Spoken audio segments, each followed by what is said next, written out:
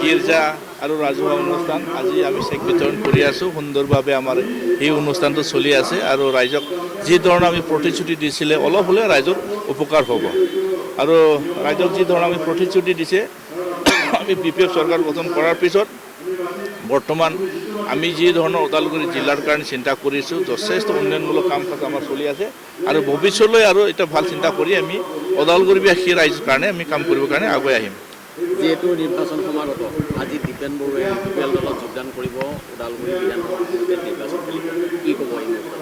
মই দেখিছোঁ মানে ছ'চিয়েল মিডিয়াত তেখেতে বৰ্তমান নিখিল বড়ো ছাত্ৰ সন্থাৰ সভাপতি হৈ আছিলে। যোৱাকালি তেখেতে যিটো নিজৰ সভাপতি পদৰ পৰা অলৰেডি তেখেতে মানে ৰিজাইন দিলে আৰু শুনি আছোঁ আজি মানে যোগদান হ'ব বুলি শুনি আছোঁ। আৰু তেখেতৰ ব্যক্তিগত কথা, তেখেতৰ পচন্দৰ ৰাজনীতি দলত যাব, কাৰণ তেখেতে কি কৰি নকৰে সময়ত দেখা যাব। তেখেতৰ মই এইটোৱে ক'ব বিচাৰিম যে য'তে থাকক ৰাইজৰ কাৰণে ভাল কাম কৰক, কাৰণ এটা সমাজ সেৱা কৰিব লাগিলে নিজৰ চিন্তাধাৰণাটো সলনি কৰিব লাগিব। এসময়ত সি বড়োৰ কাৰণে ভাল এটা চিন্তা কৰি ছাত্ৰ সংগঠনৰ নেতৃত্ব লৈ আছিলে আৰু বৰ্তমান এটা ৰাজনীতিত তেখেতে ভৰি দিব। সময়ে দেখা যাব তেখেতে কিমান সফল হয় বা সফল নহয়, সেইটো সময় দেখা যাব। মই ইয়াৰ বিষয়ত একো নকওঁ। এতিয়া যোৱাবাৰ আমাৰ যদি CWC মিটিঙত এটা সিদ্ধান্ত হৈছে যে 17 তাৰিখলৈকে কোন কোন ব্যক্তিয়ে ইলেকশ্যন মানে খেলিব বিচাৰিছে তেখেতসকলক আবেদন কৰিবৰ কাৰণে অলৰেডি নিৰ্দেশ দিয়া হৈছে আমাৰ BTC চিফ হাগ্ৰামা মহলাৰী ডাঙৰীয়া। সেই অনুযায়ী প্ৰাৰ্থীবিলাক মানে তেখেতে দাবী কৰিব, আবেদন কৰিব, তেতিয়া গম পোৱা যাব। আজিৰ দিনত আজিলৈকে এতিয়ালৈকে মানে কেইজনে দিছে একজেক্ট ক'ব পৰা নাই। ওদালগুৰি সমষ্টিৰ কাৰণে কেইজনে দিব সময় দেখা যাব। সেইখিনিতো মানে ৰাইজে ডাইৰেক্ট অলৰেডি য'ত পল অলৰেডি দেখাই দিলে। আমাৰ BPFৰ চৰকাৰ চলি আছে। তেখেতে আমাৰ কাৰণে ফেক্টৰ নোহোৱাটো সময়ত দেখা যাব। আমি ৰাইজৰ ওচৰত যাম, ৰাইজে আমাৰ লগত আছে। নিশ্চয় আমি ওদালগুৰিৰ সমষ্টি আমি BPF দলৰে আমি জিতিম। অন্য কোনো এটা UPL দলে ইয়াত জিতিব নোৱাৰে।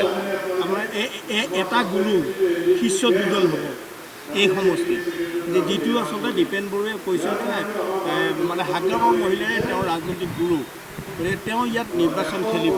আৰু আনহাতে আপোনাৰ আছে দলৰ চাওক মানে তেখেতে কোৱাটো ক'বই,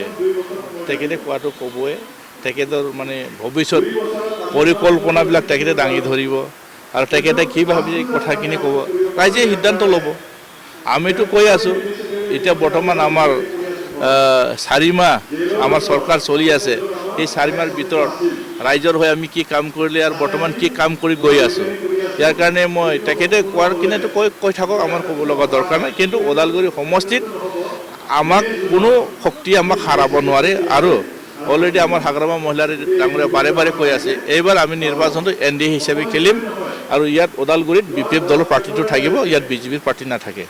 একে স্পষ্ট কথা, ইয়াৰ কাৰণে কোনো শক্তিয়ে আমাক হাৰাব নোৱাৰে। এনে আমি BPF যে ছিংগুল খেলাতে আমি যথেষ্ট এতিয়া টোটাল আমাৰ BTC পৰিষদ যিটো আমাৰ ওদালগুৰি সমষ্টিত 3টা আছে, 3টাও আমি জিতিছোঁ। 3টা জিতিছোঁ। ইয়াৰ কাৰণে আমি মাৰ্জিনো যথেষ্ট বেছিকৈ পাই আছোঁ। ইয়াৰ কাৰণে বৰ্তমান ৰাইজে আমাৰ লগত আছে। আজি আপোনালোকে নিজে দেখিছে, তেখেতে আমি কোৱালৈকে চব আহিছে, ৰাইজে আমাক সহযোগিতা কৰিছে। আৰু যেতিয়া আমি ফিল্ডত সোমাই যাম নিশ্চয় ৰাইজে যি ধৰণে আমাক আঁকোৱালি লৈছে ইয়াতে বুজা যায় তেখেতে আমাৰ প্ৰতি কিমান মানে মৰম আছে, কথাটো বুজা যায়। ইয়াৰ কাৰণে আমি কোনো মানে ভয় কৰা নাই আৰু আমাক কোনো শক্তি আমাক হাৰাব নোৱাৰে। আমি মানে ওদালগুৰি সমষ্টি পুনৰে এইবাৰ আমাৰ দখলত আহিব।